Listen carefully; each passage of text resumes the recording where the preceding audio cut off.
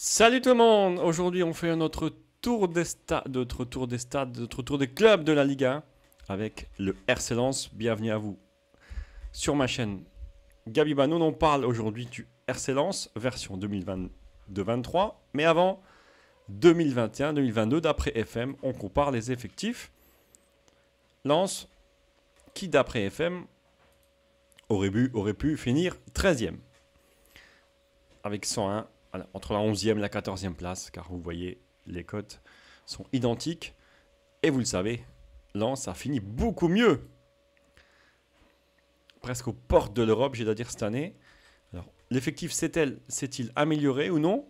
On va voir l'ancien effectif d'abord avec plutôt un 5-2-1-2.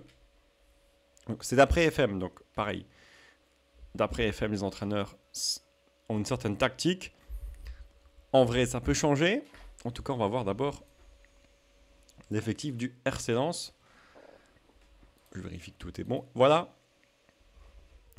Le meilleur joueur, c'est Seko Fofana, qu'on ne présente pas non plus, 27 ans. Il est ivoirien.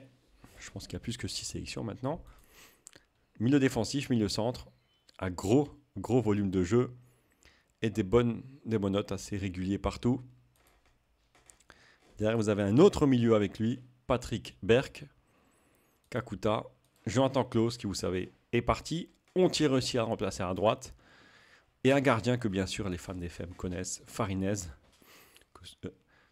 C'est équatorien de 23 ans, 24 maintenant. Très bon joueur, malheureusement, qui est blessé pendant de longs mois. Par qui a-t-il été remplacé? Et pareil, Kalimundo, l'attaquant, qui aussi était prêté par le Paris Saint-Germain.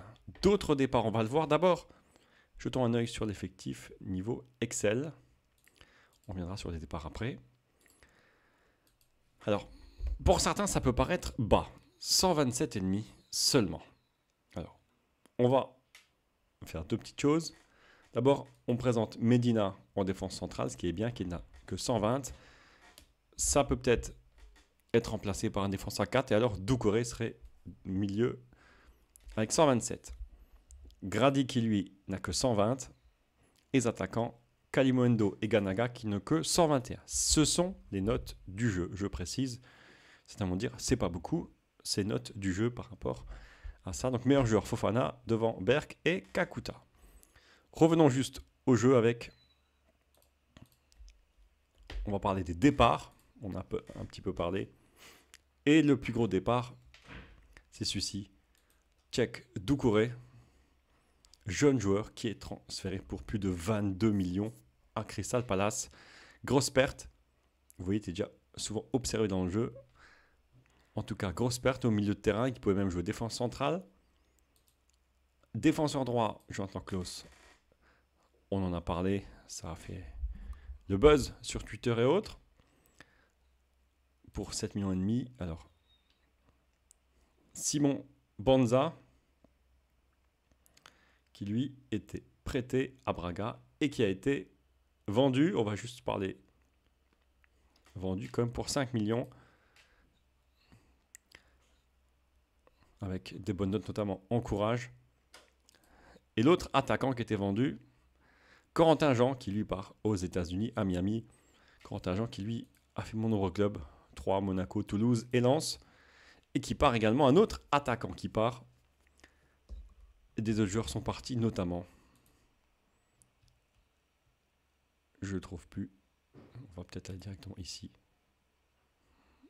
Yannick Cahuzac. Techniquement, pas forcément top, mais mentalement et physiquement toujours là. Il arrête sa carrière, vétéran du milieu de terrain. Et il va être une grosse perte au milieu de terrain. Lensois, beaucoup de départs en attaque. Et bien sûr, Kalimundo qui repart au PSG. Alors, au niveau des arrivées, des avant-centres, des milieux défensifs, des milieux droits et un bon gardien. Qui ça? On passe tout de suite à la deuxième partie. On est de retour cette fois-ci en 2022-2023, les nouveaux effectifs. Alors, 11e aussi, ça bien sûr, comme je disais les autres jours, ça peut aller de la 10e à la 12e place. En tout cas, On se rappelle que Lens était 13e. Donc c'est déjà des places de gagner. Et vous allez être surpris car l'effectif s'est amélioré, mais je pense qu'il peut y avoir encore 2 petites améliorations à effectuer. On va d'abord parler, la tactique n'a pas bougé, mais il y a eu des changements dans la tactique au niveau des joueurs. Klaus est parti et Cabot est arrivé notamment en attaque. Buxa est arrivé à la place du joueur prêté par le PSG, maintenant Kalumengo. Le nom m'avait échappé. Faisons un petit tour de retour sur l'effectif. On va juste réinitialiser tout ça. Fofana toujours ici avec Berg à 135, Kakuta aussi, Farinez est là, Farinez est blessé et il est remplacé par un joueur que beaucoup de joueurs connaissent, que beaucoup de FMistes, que beaucoup de personnes connaissent, Brice Samba. Il a 28 ans, il était au Havre, à l'OM, puis à Caen, puis parti pour 2 millions et là il est acheté à peu près pour 5 millions.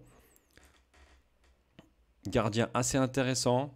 Il sera sûrement titulaire en attendant que Farinez revienne. Assez fair play, pas de sélection.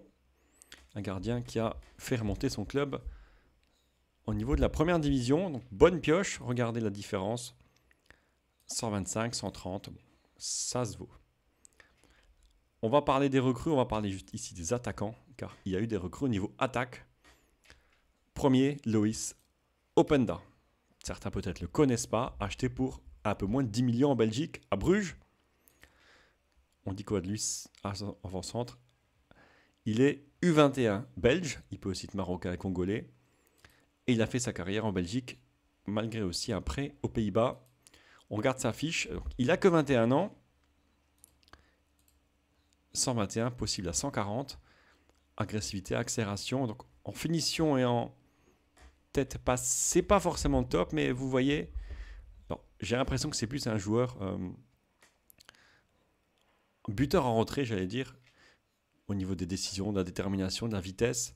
Finition, pas forcément à 100% quand même. Deuxième attaquant, et il nous vient d'un peu plus loin, il nous vient d'Amérique. Alors, ça ne veut pas faire ce que je veux. Adam Buxa. Alors, certains le connaissent, d'autres non. Il est aussi 25 ans, valeur entre 3 et 9 millions. Il a été acheté pile au milieu, 6. Il est aussi attaquant. Donc, joueur de rotation, avant-centre, apprécié des médias. Aussi sélectionné en U21, mais polonais. On voit ses appels de balles.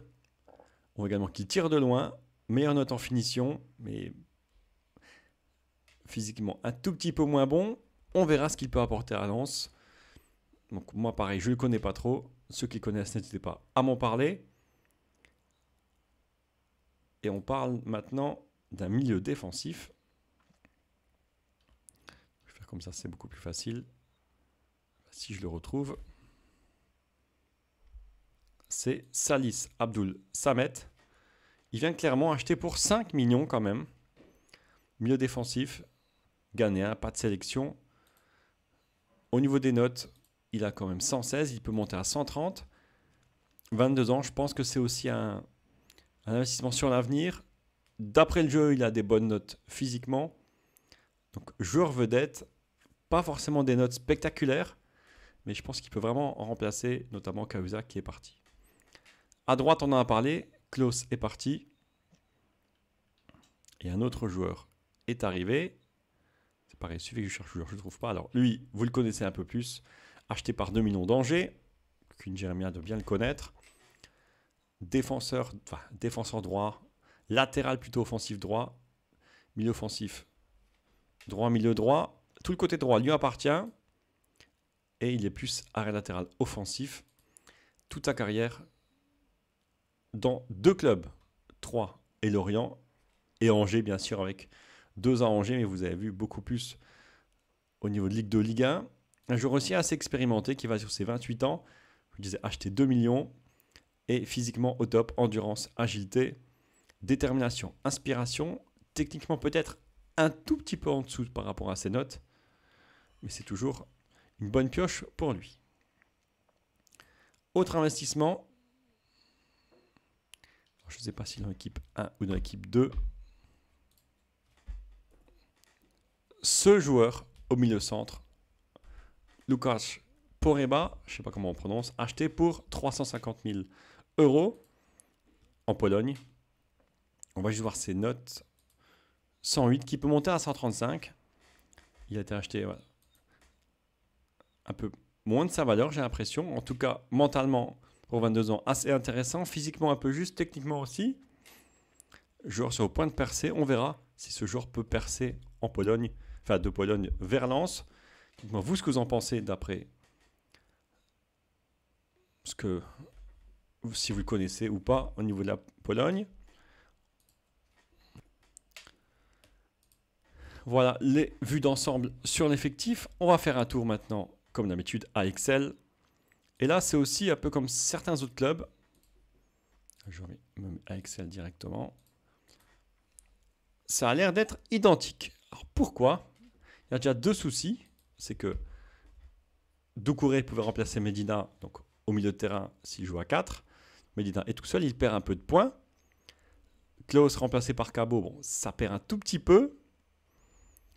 Et vous voyez ici, c'est récupéré par Buxa, 2 points. Donc, ils ont gagné 2 places, mais sur le fond, l'effectif, pour moi, d'après les statistiques du jeu, est quasiment le même. Sachant que Farinez aussi sera blessé. Donc, dites-moi également dans les commentaires ce que vous en pensez. Faut-il prendre un nouveau défenseur centre? Faut-il prendre encore un attaquant ou pas? Je pense que 2 attaquants, ça peut aller. Il faut juste laisser un peu de temps qu'il s'éclate un peu. Ou faut-il remplacer Grady? Dites-moi tout, ça c'est ce que je vous montre. On fait un tour aussi pour voir l'entraîneur. Quelles sont ses caractéristiques? Frank Heisse, 129 qui est pour monter à 135. Vous voyez sa tactique d'actualité normale. 12-12. 15 en mental, 15 en jeune, 13 en défense, 13 en tactique. C'est pas trop mauvais. Il s'adapte bien. Moi, en France, ça va. Des notes, franchement, assez intéressantes pour 129. Lui qui a été plutôt dans les basses, dans les divisions inférieures quand il jouait. Et là, après, Lorient et Lens notamment. Dites-moi vous également ce que vous en pensez de cet entraîneur. Alors, la chose qui est intéressante dans le jeu, c'est qu'il est plus préparateur qu'entraîneur. Donc, il pourrait peut-être devenir dans le jeu, bien sûr pas en vrai, préparateur, puisqu'entraîneur, c'est surprenant. Notamment, préparateur, ça peut être défensif avec les jeunes. Voilà, dites-moi ce que vous avez pensé. Les fans de Lens, est-ce que l'équipe va réussir ou non à se replacer pour l'Europe avec certains investissements? De l'argent qu'ils ont récupéré, ils ont un peu investi. Dites-moi, d'après vous, c'est possible d'être au moins lundi premier ou plus? Je vous souhaite en tout cas une bonne soirée. Demain, on parle d'un autre club. Et cette fois-ci, un club qui a aussi failli accrocher l'Europe et qui s'en est fallu de rien à la dernière journée. On fait un tour pas loin de Lens. Enfin, vous voyez, sur la carte, on va descendre un peu. C'est l'un des clubs les plus près avec Angers et Troyes. On va passer à Strasbourg. Dites-moi demain ce que vous en pensez de ce club de Strasbourg. Allez, je vous laisse. Bonne soirée. À bientôt.